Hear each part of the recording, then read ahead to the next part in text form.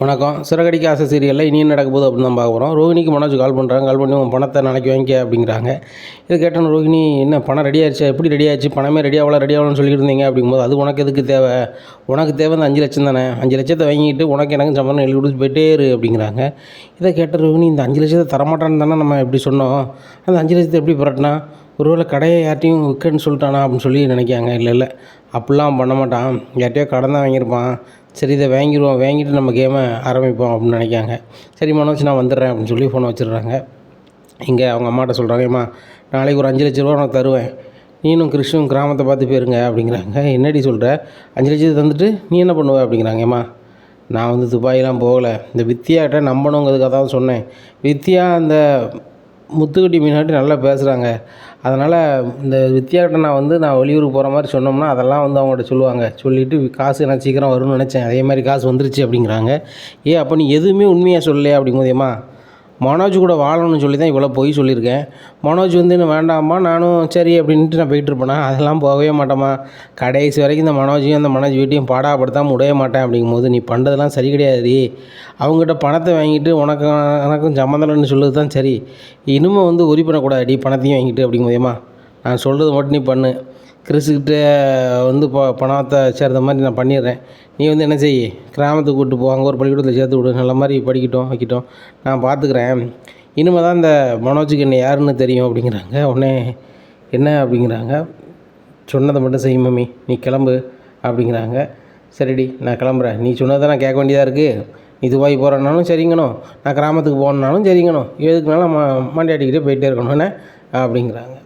உடனே அவங்க சித்தி கால் பண்ணுறாங்க, இந்த மாதிரி கல்யாணி பண்ணுறது சரி கிடையாது, நான் பேசாமல் உன் வீட்டுக்கு வந்துடுறேன் அப்படிங்கும்போது, சரிக்கா நீ என் வீட்டுக்கு வந்துடு அப்படிங்கிறாங்க. உடனே ஏம்மா நீ வேணா போ, என் மகன் கிறிஸ்டெல்லாம் நீ உனக்கு கூட அனுப்ப மாட்டேன் வைக்க மாட்டேன் அப்படிங்கிறாங்க. என்னடி இப்போ மட்டும் உனக்கு பாசம் பொத்துக்கிட்டு வருது, போமோன்ட்டு இவ்வளோ நாள் நான் வளர்த்தேன், அப்போலாம் கண்டுக்கிடவே இல்லை, மனோஜ் தான் முக்கியம்னு உட்காந்துக்கிட்டே இருந்தேன், இப்போ கிறிஸ் ஏன் மோவன் அப்படி இப்படின்னுட்டு இருக்க அப்படிங்கிறாங்க. ஏம்மா என் சூழ்நிலை அப்படி, இங்கே பாரு எல்லாருக்கும் சூழ்நிலை இருக்க தான் செய்யுது, அதுக்காண்டி தான் பிள்ளையை சங்கடப்பட்டு விட்டுட்டு இருப்பாங்களே, நீயும் நல்லா இருக்கணும்னு நினச்சி இது பண்ணுறேன், நீ இன்னும் அந்த தேவையில்லாத வேலையை தான் பார்க்குற, சரி மாறிட்ட, ரொம்ப சங்கடப்படுத்த மனசில் நான் நினச்சேன்னா, நீ சங்கடலாம் படலை அப்படின்னு ஆக்ட் பண்ணியிருக்க, எல்லார்ட்டையும் பண்ணதை விட என்கிட்டையும் பண்ணியிருக்க, நானும் அதை நம்பியிருக்கேன் பாரு, என்னத்தை சொல்ல அப்படின்னுட்டு இருக்காங்க. ஏம்மா நான் சொல்லவே கேளு, இந்த மனோஜையும் விஜயாவும் அப்படி விடக்கூடாதுமா, நான் பணக்காரி அப்படின்னு தானே சொன்னேன், வேறு என்ன செஞ்சேன், நான் எப்படி போனாலும் பரவாயில்லைன்னு சொல்லி அவங்க ஒரு பேப்பரை எழுதி வாங்கிட்டு வேறு கல்யாணம் முடிக்கல நினைப்பாங்களா, அது நடக்கவே நடக்காது, நான் என்ன பண்ணுறேன்னு அதுக்கப்புறம் பொறுத்திருந்து பாருமா, அலறுவாங்க அங்கே அப்படிங்கிறாங்க. இங்கே ரோஹிணியோட பிளான் தெரியாமல் இந்த மனோஜும் வெளில இந்தியா ரைட்டு, நம்ம பணத்தை கொடுத்தா நம்ம வாழ்க்கை சரியாயிரும், நம்ம இன்னமும் அந்த தேவிகாவோட மருமவன், நம்மளுக்கு கோடிக்கணக்கான சொத்துக்கு நம்ம தான் அதிபதி அப்படின்னு சொல்லி ரொம்ப கனவு கண்டுக்கிட்டு இருக்காரு. இங்கே ஜோசியருக்கு கால் பண்ணுறாங்க தேவிகா, என்னங்க நாளைக்கு காசு கொடுத்தோன்னே மருமகன் என் வீட்டுக்கு வந்துடுவாரா அப்படிங்கும்போது, மேடம் அவர் உங்கள் வீட்டிலே தான் இருப்பார், உங்கள் பொண்ணோட தான் வாழ்வார், உங்கள் பொண்ணுக்கும் சரியாயிரும், உங்கள் சொத்துலேருந்து எல்லாத்தையுமே அவர் தான் மேனேஜ் பண்ணுவார் அப்படிங்கும்போது, அதை தான் ஆசைப்பட்றேங்க, என் பொண்ணு நல்லா வந்துட்டாலே எனக்கு போதும், எனக்கு சொத்து பத்துலாம் ஒன்றும் வேண்டாம் அப்படிங்கிறாங்க. சரிங்க நாளைக்கு மட்டும் பணம் ரெடி பண்ணிடுங்க அப்படிங்கிறாங்க. நான் பணம் ரெடி பண்ணிடுறேன், பணம் ரெடி பண்ணிவிட்டு சாந்தி முகூர்த்தமும் ஏற்பாடு பண்ணிடுறேன் அப்படிங்கிறாங்க. உடனே சரிங்க அப்படின்னு சொல்லி ஃபோனை வச்சிடுறாங்க. இங்கே மறுநாள் காலையில் விடிஞ்சோடனே விஜயா வீட்டில் இங்கே நான் ஒரு இடத்துக்கு போயிட்டு போகிறேன்னு சொல்லிட்டு அவங்க ஒரு இடத்துக்கு போகிறாங்க. அங்கே போகும்போது பார்க்குறாங்க, அங்கே முத்து மீனாவும் ஒரு ஆஸ்பத்திரியில் நிற்காங்க. இன்னைக்கு ஆஸ்பத்திரியில் நிற்காங்க அப்படின்னு சொல்லி பார்த்துட்டு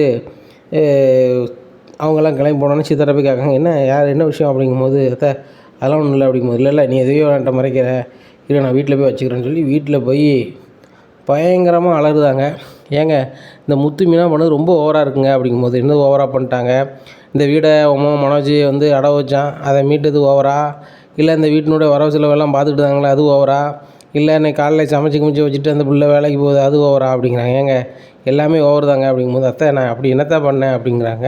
உடனே முத்து சொல்கிறாரு, மீனா எங்கள் அம்மா எதையாவது சொல்லிட்டு தான் இருக்கோம், எங்கள் வேலை கிடையாது அப்படிங்கும்போது, டேய் எனக்கு வேலை கிடையாடா, உங்களுக்கு நல்ல வேலை இருக்குது, அதானே வீட்டுக்கு தெரியாமையே உன் முன்னாடியே நீ அடிக்கடி ஆஸ்பத்திரி கூட்டி போயிட்டு வர்றது வைக்கிது, சீக்கிரம் தவப்பனாகணும் மனோஜுக்கு முன்னாடி, அதானடா மனோஜ் ஒன்றும் இல்லாமல் இருக்கான், நீங்கள் இந்த வீட்டை ஆட்டையை போடுறோம் தானே அப்படிங்கிறாங்க. இதை கேட்டால் அண்ணாமலை என்ன சொல்கிற விஜயா, எனக்கு ஒன்றும் புரியல அப்படிங்க. ஏங்க இந்த வீட்டை ஆட்டையை போட போகிறாங்க இந்த முத்து மீனாவும் அப்படின்னு சொன்னால் உங்களுக்கு அப்போ புரியல, இப்போ புரியுது எனக்கு, அத்தை சொன்னாங்கள்ல, யார் இந்த வீட்டில் சீக்கிரம் பிள்ளையோ குட்டியோ பற்றி கொடுத்தா நான் சொத்தை கொடுப்பேன், குடும்ப சொத்தை கொடுப்பேன், அதுபோக இந்த வீடும் அவங்களுக்கு தான் வரும்னு சொன்னாங்களே, அதுக்காக இவங்க வந்து யாருக்குமே தெரியாமல் இப்படி பண்ணுறாங்க அப்படிங்கும்போது, முத்து என்ன சொல்கிற அப்படிங்கும்போதுப்பா அதெல்லாம் இல்லைப்பா அப்படிங்கிறாங்க. ஏங்க அந்த ஆஸ்பத்திரிக்கு போனாங்க, எந்த ஆஸ்பத்திரின்னு கேளுங்க அப்படிங்கிறாங்க. எப்பா சீதா வேலை பார்க்குற ஆஸ்பத்திரிக்கு தான் மீனாவை போனது வாஸ்தவம், ஆனால் போன கதை வேறப்பா, நான் உன்ட்ட தனியாக சொல்கிறேன்ப்பா அப்படிங்குவேப்பா. தனியாலாம் சொல்லக்கூடாது, உங்கள்கிட்ட சொல்லணும் அப்படின்னு சொல்லி விஷயம் சொல்கிறாங்க. உடனே அண்ணாமலை சொல்கிறாரு, டே முத்து நல்ல விஷயம்னா உடனே சொல்லுங்கடா, நான் எப்போ பேரன் பேத்தி வரதான் நினச்சிட்டு இருக்கேன், இந்த விஜயா மாதிரி சொத்து பணம் அப்படின்னு ஆசைப்படலடா, சொல்லுடா அப்படிங்கிறாங்க. எப்பா உனக்கு வந்து சந்தோஷத்தை கொடுக்கணும் எனக்கும் மீனாவுக்கும் ஆசை தான்ப்பா, ஆனால் அதுக்குள்ளே சூழ்நிலை இல்லைப்பான்னு சொல்லி முத்து அழுகுறாரு. ஏன்டா அழுகுற அப்படிங்கும்போது, இல்லைப்பா மீனாவுக்கு வகுத்தில் முடியலப்பா, அந்த இறச்சிட்டு நிற்கும்போது சிந்தாமணி ஆட்கள் வந்து ரெடி பண்ணி வயிற்றில் கடாசினாங்க பார்த்தீங்களா, அதனால் வந்து இப்போதைக்கு அவளுக்கு வந்து இதுக்கு வாய்ப்பே இல்லைப்பா, அதனால தான் அந்த கிளாஸில் போய்கிட்டு இருக்கையில் அங்கே வந்து பயங்கரமாக வயிறு வந்து ஒரு மாதிரி ஆகிருக்கு, ஆனால் ஆஸ்பத்திரி கூட்டி போயிருக்காங்க, போனோன்னே பார்த்துட்டு சொல்லுதாங்கப்பா அப்படிங்கிறாங்க. இதை கேட்ட விஜயாவுக்கு பயங்கர சந்தோஷம்.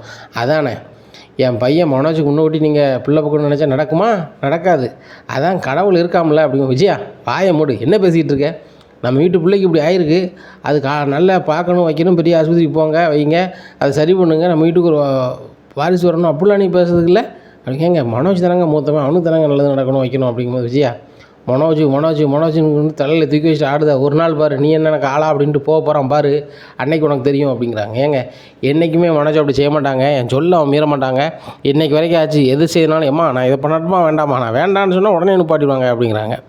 பாரு எனக்கு எல்லோரும் தான் முக்கியம், ஆனால் உனக்கு மனோஜ் மட்டும் தான் முக்கியம், கை செய்து கிளம்பிடு, கடுப்பு கிளப்பாத அப்படிங்கும்போது, ஏம்மா மீனா வேறு எதுவும் செய்தா அப்படிங்கும்போது, இல்லைம்மா ஆனால் என் வாழ்க்கையில் வந்து நான் ஒரு அம்மையாக ஆக முடியாதான்னு நினச்சி ரொம்ப ஃபீலிங்காக இருக்குமாமான்னு சொல்லி இது பண்ணுவாங்க. இல்லைம்மா உங்கள் குணத்துக்கு வந்து கண்டிப்பாக நல்லதாக இருப்பீங்க, ஊராம் பிள்ளையாக ஊட்டி வளர்த்தா தான் பிள்ளை தானாக வளருமாங்க, அதே மாதிரி எல்லோரும் நல்லா இருக்குன்னு நினைக்கிங்க, அந்த கிறிஸை வந்து பார்க்க யாருமே இல்லை, நாங்களே வளர்த்துக்கிறோம் வச்சுக்கிறோன்னு நீங்கள் சொல்லையில் கண்டிப்பாக இப்போ ஏற்பட்டவங்களுக்கு வந்து கடவுள் வந்து சங்கடத்தை கொடுக்க மாட்டார்.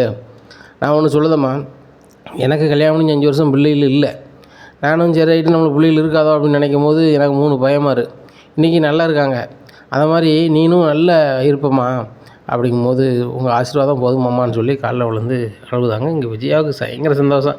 ரைட்டு இன்னும் மீனாவுக்கு வாய்ப்பே இல்லை, ரைட்டு சுருதிக்கு வந்தாலும் சரி தான், நம்ம மனோஜ் கல்யாணம் முடிச்சு வந்தாலும் சரி தான் அப்படின்னு சொல்லி ரொம்ப பார்த்து போயிடுறாங்க. அங்கேருந்து பார்வதி ஃபோன் பண்ணுதாங்க, பார்வதி ஒரு சந்தோஷமான செய்தி அப்படிங்கிறாங்க. என்ன அப்படிங்கிறாங்க, மீனாவுக்கு இன்னும் பிள்ளையே வராதான் அப்படிங்கிறாங்க. ஏய் என்ன பேசிகிட்டு இருக்க நீ, அவங்க வாழ வேண்டிய பிள்ளை நீ என்ன எப்படி பேசிகிட்டு இருக்க அப்படிங்கிறாங்க. பிறகு எப்படி பேசுவாங்க, அவளுக்கு ஏதோ வயிற்றில் ஏதோ வலியாம், உடனே வந்து ஆஸ்பத்திரி கூட்டி போனாங்களாம், கூட்டி போகலாம், அங்கே சொல்லிட்டாங்களாம் இந்த மாதிரி வகுத்தில் அப்படி இருக்குது இப்படி இருக்குது, உனக்கு பிள்ளைக்கெலாம் வாய்ப்பு இல்லை அப்படின்னு சொல்லிட்டாங்களாம் அப்படிங்கிறாங்க. இங்கே பாரு இப்படிலாம் பேசாத அப்படிங்கிறாங்க. வேறு எப்படி பேசுவேன், அப்படி தான் பேசுவேன் அப்படின்ட்டு ஃபோனை வச்சிடுறாங்க. இங்கே பார்வதி நினைக்காங்க, இந்த விஜயா திருந்தவே மாட்டா போலையே, அவள் வீடே அவளுக்கு இல்லாமல் போயிருக்கும், இந்த முத்து மீனாவும் வந்து அம்மா நல்லா இருக்கணும் அப்படின்னு சொல்லி அந்த வீடை வாங்கி கொடுத்தாங்க பாரு, அவங்கள சொல்லணும் அப்படின்னு நினச்சிக்கிட்டு இருக்காங்க. அப்போ சிவன் கால் பண்ணுறாங்க, என்ன பார்வதி ஃபோன் பண்ணிகிட்டே இருக்கேன், பிஸின்னு வருது அப்படிங்கிறாங்க. உடனே பார்வதி சொல்லுதாங்க, விஜயா தான் கால் பண்ணா அப்படிங்கிறாங்க. என்ன விஷயம் அப்படிங்கிறாங்க. இந்த மாதிரி மீனாவுக்கும் முத்துக்கும் வந்து காலகாலத்தில் பிள்ளை வராது வைக்காதுன்னு சொல்லி பேசிகிட்டு இருக்கா, இப்படி ஆகி போச்சான் அப்படிங்கும்போது, ஐயோ எனக்கு தெரிஞ்ச ஒரு பெரிய மத்து வச்சுருக்காங்க, அவங்கள பார்க்கலாம், அவங்க என் ரிலேட்டிவ் தான், அவங்க பெருசாக காசுலாம் கேட்க மாட்டாங்க, நாளைக்கு அவங்க ஃப்ரீயானு கேளுங்க அப்படின்னோடனே இவன் பார்வதி கால் பண்ணுறாங்க. கால் பண்ணி மீனா அப்படிங்கிறாங்க. அத்தை அப்படின்னு சொல்லி அழுகிறாங்க. அழாதம்மா, எல்லாமே விஜயா மூலம் நான் கேள்விப்பட்டேன், சிவன் இருக்கார்ல அவங்க ரிலேட்டிவ் வந்து பெரிய ஒரு ஆஸ்பத்திரி வச்சுருக்காங்க, அவங்க வந்து நல்லாவே பார்ப்பாங்களாம், காசு இதெல்லாம் தேவையில்லை, நாளைக்கு நீனும் முத்து மட்டும் காலைல வீட்டுக்கு வந்துருக்குமா அப்படிங்கிறாங்க. உடனே சரி அப்படின்னு சொல்லி இவங்க காலையில் அவங்க வீட்டுக்கு போகிறாங்க. அவங்க நேராக அந்த மருத்துவச்சியை பார்க்க போகிறாங்க. பார்த்துட்டு எல்லாம் பார்த்துட்டு ஒன்றும் பிரச்சனை கிடையாது, நீங்கள் வந்து பயப்படுற அளவுக்கு ஒன்றும் இல்லை, ஏன்னா இது சரியாயிடும், நான் தர மருந்தை மட்டும் நீங்கள் வந்து ஒரு 10 நாளைக்கு எடுத்தால் போதும், அதுபோக நீங்கள் சந்தோஷமாக இருந்தாலும் எல்லாமே சரியாயிடும், பெருசாக வேலை எதுவும் செஞ்சுக்க வேண்டாம், கொஞ்சம் ரெஸ்ட் எடுங்க, வேறு ஒன்றும் இல்லை அப்படிங்கிறாங்க. சரிங்க அப்படின்னு சொல்லி முத்து வீட்டுக்கு கூப்பிட்டு வந்துடுறாரு. வந்துட்டு நம்மள்ட்ட சொல்கிறாங்கப்பா, பார்வதி அத்தைக்கு தெரிஞ்சவங்க மூலமாக ஒரு ஆஸ்பத்திரி போனோம்பா, அவங்க ஒன்றுமே இல்லை, இந்த மாத்திரை மருந்து சாப்பிட்டா போதும், சாப்பிட்டு இல்லைனா சரியாயிரும்னு சொல்லியிருக்காங்க அப்படிங்கும்போது, அதான்டா இப்போ உள்ள காலத்தில் எல்லாமே சரி பண்ணிடுண்டா அப்படின்ட்டு இருக்காங்க. ஆமாப்பா, அதனால் வேலை எதுவும் செய்யக்கூடாது, இப்போதைக்கு வீட்டு வேலை மீனா செய்யக்கூடாதுப்பா அப்படிங்கும்போது, ஏங்க வீட்டு வேலை இந்த மீனை செய்ய மாட்டான், ஆனால் அந்த பெரிய பெரிய டெக்கரேஷன் ஆர்டர்லாம் வந்து எடுத்து செய்வாப்பில் அப்படிங்கிறாங்க. இது உங்களுக்கு எப்படி தெரியும் அப்படிங்கிறாங்க. வேறு யார், அந்த சிந்தாமணி நீ ஏன் இடையில பார்த்துட்டு உங்கள் மருமவா பெரிய ஆளாக வரப்போகிறா, உங்களுக்கு மறுவாதியே இருக்காது வைக்காதுன்னு சொன்னோன்னே சரி ரைட்டு என்னத்தையே சம்பாதிச்சிட்டு போட்டு வைக்கணும்னு நினச்சேன். ஆனால் இப்போ வீட்டு வேலை செய்ய மாட்டாளாம், அப்போ அந்த பெரிய டெக்கரேஷன் வேலை எப்படி செய்ய போகிறா, வேண்டான்னு அந்த சிந்தாமணிகிட்டே கொடுக்க போகிறாளா அப்படிங்கிறாங்க. இதை கேட்ட முத்து அது எதுக்கு சிந்தாமணிகிட்ட கொடுக்கணும், மீனா செய்வா அப்படிங்கிறாங்க. மீனா சொல்லுவாங்க அது எப்படிங்க நான் செய்ய முடியும், எனக்கு தான் உடம்புக்கு முடியலைங்க, என்னால் தான் வந்து வெயிட்டான இதை தூக்கக்கூடாது வைக்கடான்னு சொல்கிறாங்களே, நான் எப்படிங்க பூக்கூடைய தூக்குவேன் இப்போ அப்படிங்கும்போது மீனா அதுக்கெல்லாம் கவலைப்படாத நான் இருக்கேன் அப்படிங்கிறாங்க. உடனே முத்துக்கிட்ட விஜயா சொல்கிறாங்க டேய் இது வந்து வெயிட்டை தூக்கிறோம் வச்சிரோன்னு செய்த வேலை இல்லைடா, அதை பற்றி தெரியணும். மீனா சின்ன பிள்ளையிலேருந்து அந்த பூவை நினச்சிதா கெட்டுதா வைக்கா டெக்கரேஷன் பண்ணுதா, அதனால் அவளுக்கு தெரியும். அதனால் உனக்கெலாம் இதெல்லாம் பண்ணிக்கிட முடியாது, பேசாமல் அந்த சிந்தாமணி பெரிய ஆள், நம்மளுக்கு அவங்களுக்கு ஆகாதனாலும் அது நல்ல மாதிரி பண்ணட்டுன்னு சொல்லி அவங்ககிட்ட கொடுறா, அதான் நல்லது அப்படிங்கிறாங்க. உடனே முத்து சொல்கிறா அதை நாங்கள் பார்த்துக்குறோம் அப்படிங்கிறாங்க. டேய் நான் எதுக்கு சொல்கிறேன்னா அந்த சிந்தாமணிகிட்ட கொடுத்து எனக்கு இவ்வளோ கமிஷன் வேணும்னு கேளு, இல்லை நான் கூட அந்த கமிஷன் பேசிட்டா அப்படிங்கிறாங்க. உடனே அண்ணாமலை சொல்லுவாங்க வேலை ஏதோ அதை பாரு, அவங்களால முடியுதுங்காங்களே அவங்க பாட்டு போகிறாங்க அப்படிங்கிறாங்க. உடனே முத்துக்கிட்ட வந்து மீனா கேட்குறாங்க ஏங்க அது எப்படிங்க முடியும், அது பெரிய ஆர்டருங்க, எனக்கே இப்படி இருக்குது, பேசாமல் அவங்ககிட்ட நான் ஆர்டரை செஞ்சு தர முடியாதுன்னு சொல்லிடுவோம் அப்படி. மீனா என்ன பேசிகிட்டு இருக்கேன், நம்மளுக்கு வந்து ஆர்டரில் பெரிய ஆர்டரு, இந்த மாதிரி பெரிய ஒரு கம்பெனிகளுக்கு நம்ம செஞ்சோம் அப்படின்னா நாளைக்கு நல்ல நிலைமைக்கு நம்ம வரலாம், ஒரு கார்பரேட் கம்பெனிலேருந்து நம்மளுக்கு வருதுன்னா சாதாரண விஷயம் கிடையாது அப்படிங்கிறாங்க. உடனே நீங்கள் சொல்லுதும் சரிதாங்க, ஆனால் முடியுமான்னு தெரில அப்படிங்கும்போது மீனா வேலைக்கு எல்லாருமே ஆளை மட்டும் நீ ஃபோனில் ரெடி பண்ணு, மீதியெல்லாம் நான் பார்த்துக்குறேன் அப்படிங்கிறாங்க. எல்லாருக்கும் மீனா ஃபோன் பண்ணி சொல்லிடுறாங்க இத்தனை பேர் வேலைக்கு வேணும் வைக்க வேணும் அப்படின்னு எல்லாம் சொல்லிடுறாங்க. சரி வந்துடுறோம் அப்படிங்கும்போது என் வீட்டுக்கார தான் நிற்பார் அப்படிங்கும்போது என்ன மீனா சொல்கிறேன், அண்ணனுக்கு அந்தளவுக்கு தெரியுமா வைக்குமா அப்படிங்கிறாங்க. இல்லை நான் வந்து கூட வருவேன் ஆனால் அவர் எல்லாம் செய்வார் அப்படிங்கிறாங்க. சரி ரைட்டு ஒன்றும் ப்ராப்ளம் இல்லை நாங்கள் வந்துடுறோம் அப்படிங்கிறாங்க. இங்கே மீனா முத்தும் வந்து கார்லேயே ஒரு இடத்துக்கு அட்வான்ஸ் கொடுக்காங்க, அந்த டெக்கரேஷன் ஆர்டருக்கு அட்வான்ஸ்லாம் கொடுக்காங்க. கொடுத்தோன்னா கம்பெனிக்காரங்களும் ஃபோன் பண்ணி மீனாட்ட பேசிக்கிறாங்க, எங்கே ஆர்டர் ஜம்முன்னு பண்ணிவிடுவீங்களா, எங்கள் ஓனருக்கு 7-8 இடத்துல வந்து கம்பெனி இருக்குது, இது வந்து அப்படியே ரவுண்ட்ஸ் வருவார், இங்கே வந்து பாதுகையில் பிடிச்சி போச்சுன்னா தான் அந்த கம்பெனி ரன் ஆகும், இதில் வந்து 1,00,000 பேர்கிட்ட வேலை பார்க்கும், அந்த 1,00,000 பேரோட வாழ்க்கையும் உங்கள்கிட்ட தான் இருக்குது அப்படிங்கிறாங்க. ஒன்றும் ஒரி பண்ணாதீங்க நாங்கள் கண்டிப்பாக நல்லா பண்ணிடுவோம் அப்படி இப்படின்னு சொல்லிட்டு முத்து மீனா பேசுகிறாங்க. பேசிட்டாலும் முத்துட்டு கேட்குறாங்க எங்கே பண்ணிடலாமா அப்படிங்க. மீனா என் மேலே உனக்கு நம்பிக்கை இல்லையா, பண்ணிடலாம் மீனா, உன் கூட இவ்வளோ நாள் இருக்கேன், நீ எப்படி பண்ணுவேன் எது பண்ணுன்னு எனக்கு தெரியாதா, நீ எனக்கு எப்படி பண்ணணும் மட்டும் சொல்லு, உடையில நான் பண்ணது சரியா அப்படின்னு மட்டும் அப்பப்போ சொல்லிக்க அப்படிங்கிற போது மீனா நீ அங்கே வந்துடுவல அப்படிங்கும்போது வந்துடுவாங்க, மற்றபடி ஒன்றும் இல்லை வெயிட்டு தானே தூக்கக்கூடாது மற்றபடி வந்துடுவேன் அப்படிங்கிறாங்க. இங்கே விஜயா வீட்டில் சரியான கடுப்பாக உட்காந்துட்ருக்காங்க, வீட்டு வேலை ஒரு வேலை செய்யாமல் இந்த மீனா அவள் பாட்டில் போயிட்டாளா வைக்கிட்டாளா அப்படின்னு நினச்சிட்டு இருக்கும்போது ஐயா உள்ளே வரலாமா அப்படிங்கிறாங்க. யாருமா வாங்க அப்படிங்கிறாங்க. மீனாக்காவும் முத்தனன்னு சொல்லியிருந்தாங்க, கொஞ்ச நாளைக்கு சமைக்கணும் வைக்கணும் மாதம் தந்துடுதுன்னு சொன்னாங்க அப்படிங்கும்போது நம்மளை அப்படியாம்மா சரி வாங்க அதான் சமைக்கிட்டு என்ன சமைக்கணும்னு சொல்லி விஜய்கிட்ட கேட்டுக்கோங்க அப்படிங்கும்போது ஏங்க அந்த மீனா சமைக்க மாட்டானா நம்ம அப்படியே விட்டுற முடியுமாங்க, இவங்களுக்கு எப்படிங்க சம்பளம் கொடுக்குறது அப்படிங்கும்போது விஜயா நீ கொடுக்க போறியா, கொடுக்க போகிறது என்னவோ முத்து மீனாவும் தான், நீ அமைதியாரு அப்படிங்கிறாங்க. அப்படியா அப்போ நான் இது இல்லை நல்லா சமைக்கணுன்னே நான் ருசியாக சாப்பிட்டு பழகிட்டேன், அப்பப்போ சூடாக தரணும் வைக்கணும் அப்படிங்கிறாங்க. ஏம்மா இப்போ தான் வந்திருக்கேன், என் சமையல்கட்டில் என்ன சமைக்கணும்னு சொல்லுங்கள் சமைச்சு தரேன், அது சூடாக இருக்கா இல்லையான்னு சாப்பிட்டு பார்த்து சொல்லுங்கள் அப்படிங்கிறாங்க. சரி சரி ரொம்ப தான் பேசுகிறேன் வா அப்படின்னு சொல்லி சமையல்கிட்ட காமிக்கிறாங்க. சமையல்கிட்ட இங்கே தான் சமைக்கணும் வைக்கணும், போகும்போது நீ என்ன எடுத்துகிட்டு போகிற நான் பார்ப்பேன் அப்படிங்கிறாங்க. ஏம்மா நான் மீனாக்காவுக்கு நல்லாவே தெரிஞ்சவா, மீனாவுக்கு நீ நல்லா தெரியும், முத்தனனுக்கு நல்லா தெரியும், அவங்ககிட்ட நான் எப்படின்னு கேளு அப்படிங்கிறாங்க. அவங்களே இந்த வீட்டில் நான் ஒரு ஆளாக எடுத்துக்கிற மாட்டேன், அவங்க சொல்ல நான் கேட்கணுமோ அப்படின்னு இருக்குமோ அண்ணாமலை வந்துடுறாங்க. விஜயா இந்த வீட்டில் உள்ள ஆட்களே தேவையில்லாமல் பேசிக்கிட்டு இருந்தா அப்படின்னா பார்த்துக்க அப்படிங்கிறாங்க. ஆகா இவர் இவ்வளோ கோவப்படுதாரே விட்டு நம்ம தேவையில்லாமல் பேசக்கூடாது போலுக்க அப்படின்னு சொல்லிட்டு நான் ரூமுக்கு போகிறேங்க, நீ சமைச்சிட்டு சொல்லு அப்படின்னு சொல்லி ரூமுக்கு போயிடுறாங்க. எங்கள் அண்ணாமலை ரூமுக்கு வந்து விஜயா கொஞ்சமாவது மாறு, அப்படி மாறலைன்னா ஒன்றுமே பண்ண முடியாது, நீ வந்து மனோஜ் மட்டும்தான் பெரிய ஆள் மற்றவங்களாம் சரி கிடையாதுன்னு சொல்லிக்கிட்டு இருக்குது அளவுக்குலாம் இந்த வீட்டில் இல்லை, இந்த வீட்டுக்காக மனோஜ் என்ன பண்ணியிருக்கான் ஒரு விஷயத்தை சொல்லு பார்ப்போம் அப்படிங்கிறாங்க. என்னங்க பண்ணலாம், என்ன பண்ணிட்டான், இந்த கடை வருமானத்தை வச்சு இந்த வீட்டை அப்படியே திசை திருப்பிட்டானா, இல்லை இந்த வீட்டில் இக்கட்டான சூழ்நிலை இருக்கும்போது அவங்களுக்கு எதுவும் பண்ணிட்டானா, ஒன்றுமே பண்ணல, இந்த வீட்டின் பேரில் ஒன்றையும் அவன் வந்து ஏமாற்றி போட்டு என்னையும் ஏமாற்றி போட்டு அவன் வந்து பணம் நிறைய வாங்கி அது வீண் விரயம் பண்ணது தான் அது நடந்திருக்க தவிர்த்து வேறு ஒன்றுமே நடக்கலை, அதை நல்லாவே புரிஞ்சுக்க. முத்து மீனாவை தான் நிறைய கதையில் அவனுக்கு சப்போர்ட் பண்ணி கொண்டு வந்திருக்காங்க, முத்து மீனாவை நீ என்றைக்கு நம்ம வீட்டு பிள்ளையா நீ நினைக்கியோ அன்றைக்கி தான் நீ நல்லா இருப்பா அப்படின்னு சொல்லிட்டு அவர் வெளில கிளம்புன்னு சொல்லி கிளம்பி போயிடுறாங்க. ஒரு பக்கம் சிந்தாமணி ரொம்பவே சந்தோஷப்படுறாங்க, கண்டிப்பாக அந்த மீன் ஆர்டரை செய்ய முடியாது, அடுத்தாப்புல நம்மகிட்ட தாண்டா வருவாங்க அப்படிங்கிறாங்க. ஆமாக்கா அந்த மீனாக தான் ஒரு வேலையும் செய்ய முடியாது வைக்க முடியாதுன்னு சொல்லிட்டாங்களே, வெயிட்டு கூட தூக்க முடியாதான், சூப்பர்க்கா அப்படிங்குமா. டேய் ஒருத்தவங்க வந்து நம்ம வேலையை ஒரு நாள் தான் இல்லாமல் ஆக்கினாங்கன்னா தொடர்ச்சி அவங்க இல்லாமல் ஆக்கிடணும்டா. அதான்டா பண்ணேன். என் மோளை அவன் தம்பி கல்யாணம் பண்ணி வச்சா அவன் பெருசாக வாழ்ந்துருவானோ. அந்த சத்யாவுக்கு இப்போ தானே இருக்குது, ஒரு இடத்துலையும் வேலை கிடைக்காதுண்ணே, எல்லா பக்கமும் சொல்லிட்டேன் அப்படிங்கிறாங்க. அதே மாதிரி சத்யா எல்லா இடத்துலையும் வேலையை தேடுவார், ஒரு பக்கமும் கொடுக்க மாட்டாங்க. நீங்கள் சிந்தாமணி மூளை கல்யாணம் முடிச்சிருக்கீங்க, நாங்கள் வந்து உங்களுக்கு வேலை கொடுத்தோம்னா எங்கிட்ட வந்து ஒரி பண்ணுவாங்க, அது லைக் கூடாதுன்னு அனுப்பிடுறாங்க. இன்னொரு பக்கம் ஃபைனான்ஸ் சைடில் போனாக்கா ஃபைனான்சியர் எங்களுக்கு நல்லாவே தெரியும், நானும் அவரும் ஒரே மாதிரி தொழில் பண்ணுறோம், லைக் கூடாது, நீங்கள் கிளம்பிருங்கிறாங்க. இப்படி வேலையே கிடைக்காம வீட்டில் வந்து உட்காந்துருக்காங்க. அப்போ முத்து மீனா வராங்க வீட்டுக்கு. உடனே என்னடா ஏன் ஒரு மாதிரி இருக்குது அப்படிங்கும்போது, ஒன்றுமில்லக்கா, எங்கே போனாலும் சிந்தாமணியும் அவங்க வீட்டுக்காரன்னு சொன்னதுனால எனக்கு ஒரு பக்கமும் வேலை கிடைக்க மாட்டேங்குது, வைக்க மாட்டேங்குது, என்ன தான் பண்ண போகிறேன்னு தெரில அப்படிங்கும்போது முத்து சொல்லிட்டாரு, டேய் எங்களுக்கு பெரிய டெக்கரேஷன் ஆர்டர் தந்திருக்கு, என்ன மீனாவும் நானும் தான் அதை செய்யணும் அப்படிங்கும்போது, அக்காவுக்கு தான் உடம்புக்கு முடியல, எப்படிமா செய்வீங்க அப்படிங்கும்போது, டேய் கூடவே இருப்பா, நான் பண்ணிப்பேன், நீ ஏன் கூட கொஞ்சம் வா அப்படிங்கிறாங்க. சரி மாமா வரேன் அப்படிங்கிறாங்க. காரை வந்தாங்க, ஒன்று தான் ஓட்டுவியல்ல, ஏதாவது ஒரு பொருள் வாங்கணும் வைக்கணும்னா நீ இது பண்ணிக்க, அதுபோக உனக்கு என்ன அமௌண்ட்டு தரணுமோ நான் தந்துடுறேன் அப்படிங்கிறாங்க. மாமா பணம்லாம் ஒன்றும் இல்லை அப்படின்ட்டு, பணம்லாம் ஒன்றும் நடக்காது, அந்த ரேகா பிள்ளை நல்லா வசதியான வீட்டு பிள்ளை, அவளுக்கு விருப்பமானதை வாங்கி கொடு வை அப்படிங்கும்போது, இல்லைண்ணே நான் வந்து சத்யா தான் வேணும்னு நினச்சேன், அவனே எனக்கு கல்யாணம் பண்ணி வச்சிட்டிங்க, எனக்கு பெருசாக எதுவுமே வேணாண்ணே, சத்யா என்ன சாப்பிட்றோன்னா அங்கே சாப்பிட போகிறேன், அவன் எந்த இடத்துல இருக்க போகிறான் அங்கே இருக்க போகிறேன், எனக்கு சந்தோஷம் எனக்கு இங்கேயே இருக்குண்ணே, எங்கள் அம்மா இப்படி பண்ணுவாங்கன்னு முதல்ல எனக்கு தெரியுண்ணே, அதனால தான் நான் சத்யாட்ட சொன்னேன், நானும் எங்கேயாவது வேலை ரெடி பண்ணுதுன்னு சொன்னேன், சத்யா தான் கேட்க மாட்டேறான் அப்படிங்கிறாங்க. இதை கேட்ட முத்து சொல்கிறாங்க, இல்லைம்மா நீ எங்கேயாவது வேலை செஞ்சு சத்யாவை காப்பாற்றுன்னு வைக்கணும், இந்த குடும்பத்தை காப்பாற்றுன்னு நீ நினைக்கலாம், ஆனால் அவங்க அம்மா என்ன சொல்லுவாங்கன்னா என் பிள்ளைய வச்சு சாப்பிடுதாங்க வைக்கான்னு சொல்லுவாங்க, அது லாய்க்கூடாது, அதனால தான் அப்படிங்கிறாங்க. அப்படியாண்ணே சரிண்ணே அப்படிங்கிறாங்க. அண்ணே டெக்கரேஷன் பண்ணாததுக்கு நீ கூட்டி போவீங்களா அப்படின்னா, எல்லாருமே வாங்க அப்படின்னு சொல்லிட்டு முத்து வெளில கிளம்புறாரு. அப்போ செல்வம் வந்து சொல்கிறாரு, என் பொண்ணுக்கு சடங்கு வச்சுருக்கேன் முத்து, நீனும் மீனா வந்து நல்லா பண்ணி கொடுக்கணும் அப்படிங்கும்போது, என்னைக்கு தேதியில் அப்படிங்கும்போது, இன்னைக்கு தேதி அப்படிங்கிறாங்க. டேய் அன்றைக்கி தாண்டா வந்து அந்த கார்பரேட் கம்பெனிக்கு வந்து டெக்கரேஷன் இருக்குது அப்படிங்கும்போது, முத்து நான் அவன்கிட்ட ஒரு வார்த்தை கேட்டிருக்கலாம், என் மச்சினன் தான் வந்து சீக்கிரம் பண்ணணும் வைக்கணும்னு சொல்லிட்டு பண்ணிட்டான், அவன் வெளிநாட்டில் இருக்கான், அவன் ஃபோன் வைக்கணும்னு சொல்லிட்டு பண்ணிட்டான் அப்படிங்கும்போது முத்து சொல்கிறாரு, அங்கே அந்த டெக்கரேஷன் ஆர்டர்லாம் முடிச்சுட்டு ஈவினிங் வந்துடுறேன்டா, எதுவும் நினச்சிக்காத அப்படிங்கும்போது, ஒன்றும் நினைக்கலடா, நீ இருந்தாலும் நல்லாயிருக்குன்னு நினச்சேன், வேறு ஒன்றும் இல்லை அப்படிங்கும்போது, சரிடா நீ அந்த வேலையை பாரு, நான் இதை பார்க்குறேன் அப்படிங்கிறாரு. முத்து சொல்கிறாரு, இந்த மாதம் நீ தர வேண்டியது தர வேண்டாம், நீ செலவுக்கு வச்சுக்க அப்படிங்கிறாங்க. இல்லைடா முத்து நான் அதை ரெடி பண்ணி வந்துட்டேன் அப்படிங்கும்போது, இல்லை அவன் வீட்டில் ஃபங்க்ஷன் வச்சுருக்கேன், அது செலவுக்கு எதுக்கு அவன் வச்சுக்க அப்படின்னு சொல்லிட்டு போகிறாரு.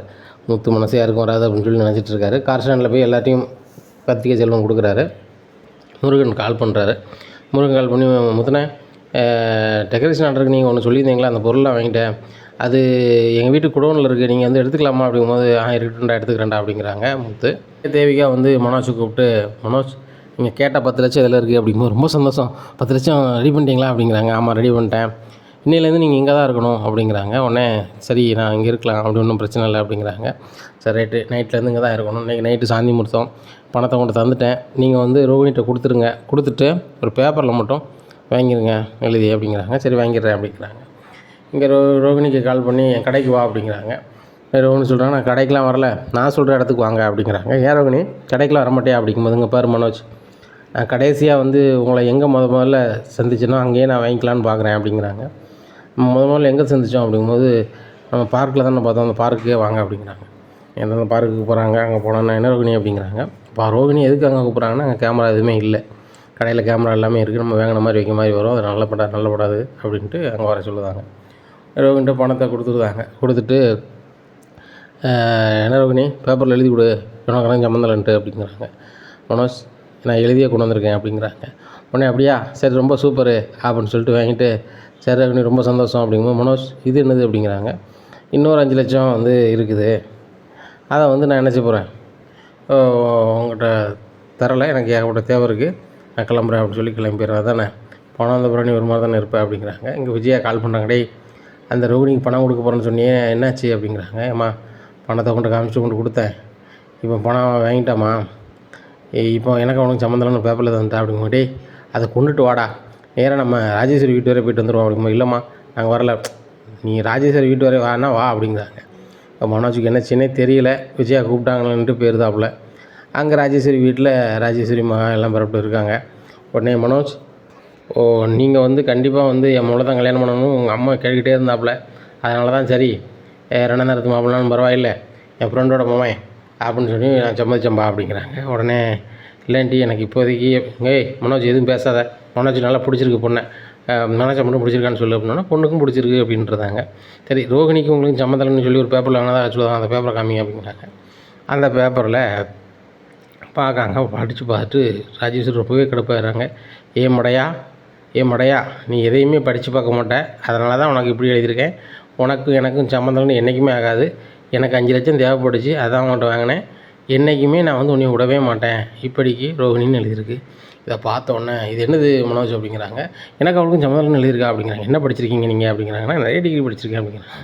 அதனால தான் எப்படி இருக்க, இதை படித்து பாருங்க. படித்து பார்த்துட்டு அப்போ இந்த ரோகிணி எனக்கு அவளுக்கும் சம்மந்தம்னு எழுதலையா வைக்கலையா அப்படிங்கும்போது, டே மனோஜ் அப்போ நீ அந்த நேரத்தில் அவள் இருக்கும்போது பார்க்கலையா அப்படிங்கும்போது, ஏம்மா அவள் சரியாக எழுதிருப்பான்னு பார்த்தேன். முதல்ல நம்ம எங்கே சந்திச்சோமோ அங்கே வாங்கும்போது அப்போ நான் வந்து சரியாக இருப்பா அப்படின்ட்டு தான் பார்த்தேன். இப்படி போனால் நினச்சி கூட பார்க்கல அப்படிங்கும்போது, ரோஹிணி கால் பண்ணுறா அப்படிங்கும்போது ரோஹிணி கால் பண்ணுறாங்க. ரோஹிணி நீ எப்படி பண்ண, எனக்கு சம்மந்தம் தான் எழுதியிருக்கணும், நீ தேவையில்லாமல் எழுதியிருக்க வச்சிருக்கா அப்படிங்கிறாங்க. அங்கே பாரு மனோஜ், என்றைக்கும் எனக்கும் சம்மந்தம் நான் போகவே மாட்டேன். எனக்கு 5 லட்ச ரூபா தேவைப்பட்டுச்சு, என்னுடைய படிப்புக்கு வைக்க எல்லாம் செலவு தேவைப்பட்டுச்சு, அதனால் கொடுத்துட்டு உங்களை பாடாப்படுத்துன்னு நினச்சேன், அதான் பண்ண போகிறேன்.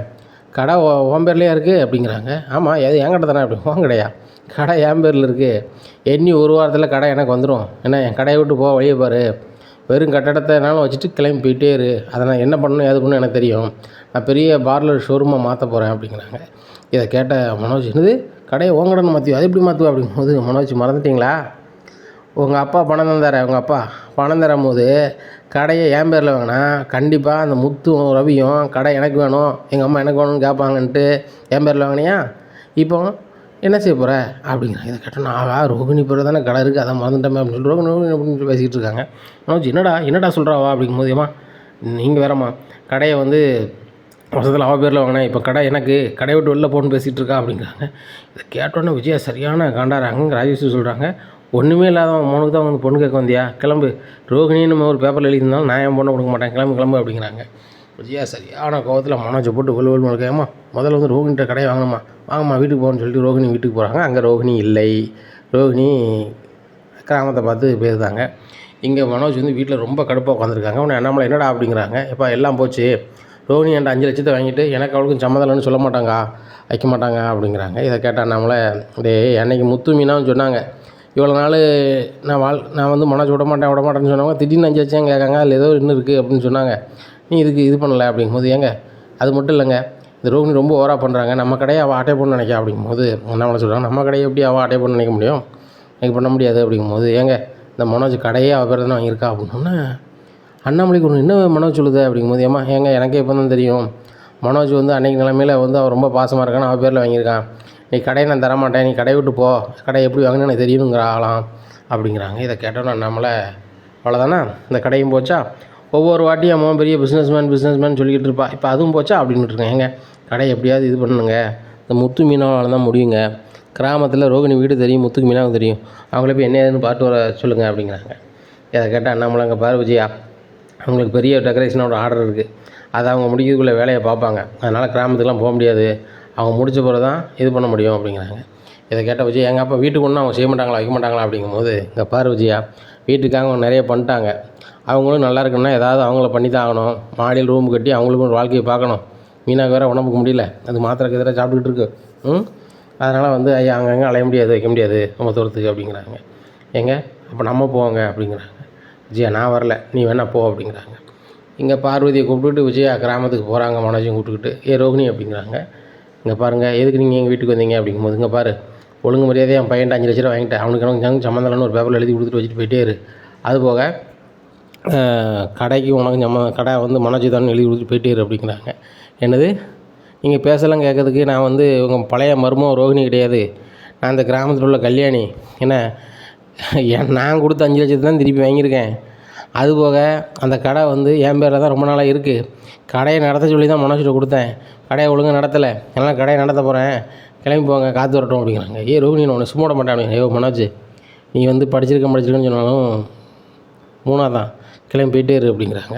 ரோகிணி நான் உன்னை சும்மா விட மாட்டேன் அப்படிங்க. பாரு மனோஜ், ஓவராக பேச உடனே கடையை எடுக்குன்னு எனக்கு தோணும், இப்போ கிராமத்தில் கொண்டு எங்கள் அம்மாவையும் என் பையனையும் கொஞ்சம் செட்டில் பண்ணிட்டேன், இன்னும் பூராமே வந்து நான் என்ன பண்ணுறேன்னு பாரு அப்படிங்கும்போது, ரோகிணி அம்மாட்ட வந்து இவங்க பேசுகிறாங்க, விஜயா என்ன நினச்சிட்டு இருக்கோங்க, ரொம்ப ஓவராக பண்ணிக்கலாம் சொல்ல மாட்டீங்களா, இப்படி தான் ஊரை ஆட்டையை போட்டு சாப்பிட்ணும் நினைக்கலாம் வைக்கிறீங்களா அப்படிங்கும்போது, நான் எவ்வளவோ சொல்லிட்டேன், என் அம்மாவட்ட அவள் கேட்குற மாதிரி இல்லை, அதுக்கு மேலே நீங்கள் என்ன பண்ணாலும் நான் ஒன்றும் பண்ண போகிறதில்ல அப்படிங்கிறாங்க.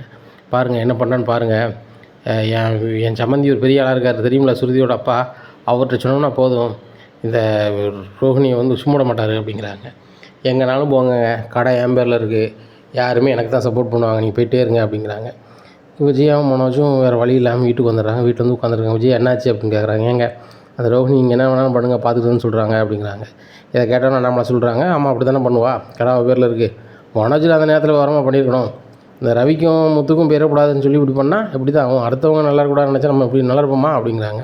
என்னப்பா நீங்கள் தான்ப்பா ஏதாவது பண்ணணும், முத்து நீங்கள் சொன்னால் தானேப்பா கேட்பான், நீங்கள் சொல்லி இது பண்ணுங்கப்பா, கண்டிப்பாக முத்து ரெடி பண்ணி தந்துடுவான்ப்பா, முத்துக்கு நிறைய ஆளை பெரிய ஆளை தெரியும்பா அப்படி இப்படிங்கிறாங்க. இங்கே பாரு, முத்தை ஒரு ஆளாகவே நீ எடுத்துக்க மாட்டேன், இப்போ அவன் கதை ஆகணுன்னா முத்து மீனாட்டு சொல்லுங்கிற, அவங்க டெக்கரேஷன் பண்ணதுக்கு எல்லா வேலையும் பண்ணிகிட்டு இருக்காங்க, மீன் அவ்வளோ ஒரு வேலையும் செய்ய முடியாது, மீன் அப்படி இப்படின்னு சொல்லி முத்து தான் அந்த வேலையை செய்ய போகிறான், அதனால் அந்த வேலையை செய்து தயாராகிறாங்க, விட்டுரு, அவங்க அந்த டெக்கரேஷன் வேலை செய்ய கிளம்பி போயிட்டாங்க அப்படிங்கிறாங்க. அங்கே முத்து கார்பரேட் கம்பெனியில் இந்த ஃப்ளோருக்கு என்னென்ன டெக்கரேஷன் பண்ணணும்னு சொல்லி மீனாட்ட கேட்டுட்டு அதையே எல்லாம் ஆட்களை வச்சு எல்லாம் பண்ணுதாங்க. மீனாவுக்கு ரொம்ப சந்தோஷமாக இருக்குது, நம்மளால் பண்ண முடியலன்னா வீட்டுக்கார் அப்படியே பண்ணிட்டாருன்ட்டு. இதை மேனேஜர் பார்த்துட்டு செமையாக இருக்குங்க, எங்கள் ஓனர் பார்த்தா கண்டிப்பாக இது வந்து பிரமிப்பாக பார்ப்பார் அப்படிங்கிறாங்க. ஃபங்க்ஷன் நடக்குது, அந்த டெக்கரேஷன் எல்லாம் பார்த்துட்டு ரொம்ப அருமையாக இருக்குது அப்படின்னு சொல்லி, இது யார் பண்ண வச்சாங்க அப்படிங்கும்போது இந்த மீனா தான் அப்படிங்கிறாங்க. உடனே ரொம்ப அருமையாக பண்ணுறீங்க, எவ்வளோ நாள் பண்ணுறீங்க, இது பண்ணுறீங்க, நான் ஒரு 2 வருஷமாக பண்ணுறேன் வைக்கிறேன் அப்படிங்கிறாங்க. சரிம்மா நீங்கள் வேலை பார்த்த மாதிரியே இல்லையே, கேமராவில் கூட பார்த்தேன் அப்படிங்கும்போது, எனக்கு உடம்புக்கு முடியல, இந்த நேரத்தில் இந்த வேலையை நான் சக்ஸஸ்ஃபுல்லாக பண்ணி கொடுக்கணும்னு சொல்லி என் வீட்டுக்கார வச்சு தான் பண்ணேன் அப்படிங்கிறாங்க. வாழ்த்துக்கள்னு சொல்லி அவரையும் வாழ்த்து இது பண்ணுறாங்க. அப்புறம் எல்லா ஃபங்க்ஷனும் முடிஞ்ச உடனே எங்கள் மீனாவுக்கும் முத்துக்கும் கொடுக்க வேண்டிய பணத்தை கொடுத்துட்டு, மீனா இது சம்மந்தமாக நம்ம ஒரு அக்ரிமெண்ட் ஒன்று போடணும் அப்படிங்கிறாங்க. என்ன சார் அப்படிங்கிறாங்க. இங்கே வாரம் ஃபங்க்ஷன் நடக்கும் 3rd ஃப்ளோரில், அங்கே வந்து டெக்கரேஷன் பண்ணணும் அப்படிங்கிறாங்க. ஒரு 1000 பேர் உட்காருவாங்க, அந்த 1000 பேர் உட்காந்து அதில் மீட்டிங் பேசுகிற அளவுக்கு சுற்றி ஃப்ளவர் டெக்கரேஷன் பண்ணணும், வைக்கணும். அதுக்கப்புறம் வந்து அந்தந்த வாரத்துக்கு அந்தந்த வாரம் செட்டில் பண்ணிடுவோம் பணத்தை அப்படிங்கிறாங்க. பண்ணிடலாம் சார் அப்படிங்கிறாங்க. ரொம்ப சந்தோஷம், அதுக்கு அட்வான்ஸ் நான் பிடிங்க, அட்வான்ஸ் 10 லட்சம் தந்திருக்கோம், நீங்கள் வேலை முடிச்சதுக்கு ஒரு 30 லட்சம் தந்திருக்கோம் அப்படிங்கிறாங்க. இதை கேட்டால் மீனாவுக்கு முத்துக்கு ரொம்ப சந்தோஷம், 40 லட்ச ரூபா கைக்கு வந்திருக்கு, செலவெல்லாம் போக நம்மளுக்கு எப்படினாலும் ஒரு 20 லட்ச ரூபா கிடைக்கும் போலையா அப்படின்னு சொல்லி வீட்டுக்கு வராங்க. வீட்டில் வந்து அண்ணாமலை கையில் 20 லட்சத்தை கொடுக்காங்க. அப்பா இதில் 20 லட்சம் இருக்குதுப்பா, எல்லா செலவும் போவேன், டெக்கரேஷன் ஆர்டர் சூப்பராக பண்ணிட்டோம் அப்படின்னோடனே விஜயா வாய உலகங்கிறது, டெக்கரேஷன் ஆர்டர் சூப்பராக முடிச்சிங்க, அதில் 20 லட்சம் கிடச்சிருக்கா அப்படின்னு சொல்லிட்டு, ஏங்க 20 லட்சம் கிடச்சிச்சுன்னா மனோஜுக்கு இது ஏதாவது பண்ண சொல்லுங்கள் அப்படிங்கிறாங்க. உடனே அண்ணாமலை சொல்கிறாங்க, ஆமாம் இவங்க எதுவுமே பண்ண வேண்டாம், எல்லாமே அந்த மனோஜுக்கு பண்ணிவிட்டு எல்லோரும் தெருவில் நிற்க வேண்டியதான், இவங்க எதுவும் பண்ண மாட்டாங்க. முத்து மீனா நான் சொல்கிறத கேளுங்க, மீனா உடம்ப நல்லா ஆஸ்பத்திரியில் போய் நல்லா பாருங்கள், அது போக மாடியில் ரூம் கட்டுங்க, எங்களுக்கு காலகாலத்தில் எனக்கு பேரனோ பேத்தியோ பெற்று கொடுக்கணும் அப்படிங்கிறாங்க. இதை கேட்டால் மீனா சொல்கிறாங்க, கண்டிப்பாகம்மா நான் கூட சரி ரொம்ப நாள் ஆகட்டும் காலம் போட்டு நினச்சேன், இப்போ உள்ள காலத்தில் நம்ம சாப்பாடு சௌகரியங்கள் இப்படி இருக்குது, எப்பவும் பிள்ளை குட்டியில் வைக்கணுமோ அப்போ தான் பார்த்துக்கணும் அப்படிங்கும்போது சுருத்தின்னு சொல்கிறாங்க. மீனா நீங்கள் சொல்கிறது தான் சரி அப்படிங்கிறாங்க. நான் கூட இது என்னமோ ஏதோ நினச்சேன், அங்கிள் வந்து ரொம்ப ஃபீல் பண்ணி சொல்லல, சரி ரைட்டு, நம்மளோட பயத்தை விட நம்ம அங்கிளோட சந்தோஷம் தான் முக்கியம், எங்கள் அப்பாவோட என்னை ரொம்ப அக்கறையாக வச்சுக்கிறாரு, இப்பேற்பட்ட மனுஷனுக்கு சந்தோஷப்படுத்தணும் நானும் ரவியும் தம்பதி வாழ்க்கை வாழ ஆரம்பிச்சிட்டோம், நாங்களும் சீக்கிரமாக ஒரு நல்ல செய்தி சொல்லுவோம் அப்படிங்கிறாங்க. சுதி நீ சும்மாரு அப்படிங்கிறாங்க. இதை சொல்லி தானடா ஆகணும் அப்படின்ட்டு இருக்காங்க. உடனே சுதிமா சீக்கிரம் நீ வந்து அமையாக போறியா அப்படின்ட்டு இருக்காங்க. அப்படி தான் நினைக்கிறேன் ஆண்டி, நான் இன்னும் 2-3 நாளில் சொல்லிடுவேன் உள்ளதை அப்படிங்கிறாங்க. உடனே மீனா ரொம்ப சந்தோஷமாக இருக்குது சுருதி, எனக்கு முன்னாடி நீங்கள் வந்து இது பண்ணால் எனக்கு சந்தோஷம் தான் அப்படிங்கும்போது, மீனா நீங்கள் தான் முன்னாடி பண்ணணும்னு நினச்சேன், ஆனால் நீங்கள் உடம்புக்கு முடியல அப்படி இப்படின்னு சொல்லும் போது, சரி ரைட்டு மாமாவை நம்மளாக சந்தோஷப்படுத்துவங்க தான் அப்படி பண்ணேன் அப்படிங்கிறாங்க. சரிம்மா அப்படிங்கிறாங்க. அதே மாதிரி 2-3 நாள் கழித்து சுருதி வந்து நல்ல செய்தி சொல்கிறாங்க. மனோஜுக்கு சரியான கடுப்பு, நம்மளுக்கு கடையும் நம்மளை விட்டு பேரும் போல், அந்த ரவியும் முத்தும் வந்து அடுத்த லெவலில் நோக்கி போய்கிட்டே இருக்காங்களே, இப்போ என்ன பண்ணுறது வைக்கிறது, ரோஹிணிகிட்ட இந்த 20 லட்ச ரூபாயை கொடுத்து எப்படியாவது சரி பண்ணிடணுமா, இந்த முத்து மீனா அந்த பீரோவில் தான் வச்சுருப்பாங்க அப்படின்னு சொல்லிட்டு நைட்டுக்கான எல்லோரும் தூங்கின பிறகு அந்த பீரோவை போய் நைஸாக அலசுதாங்க. அங்கே பணம் இல்லை, முத்து கரெக்டாக அது பேங்க் அக்கௌண்ட்டில் போட்டுருந்தாரு. முத்து இதை பார்த்துட்டா என்னல பண்ணுற அப்படிங்கும்போது, இல்லை ஒன்றும் இல்லை அப்படிங்கிறாங்க. தெரியும் நீ பணம் இருந்தால் அதை கண்டிப்பாக ஆட்டையை போட்டு ஏதாவது செய்யணும்னு நினைப்பேன், ஆனால் பணத்தை வீட்டில் வைக்கலப்பா, நானும் சுதாரிப்பாண்ட இருக்கணும்ல, என்ன நீ சுதாரிப்பாக இருக்கலாம் அப்படிங்கிறாங்க.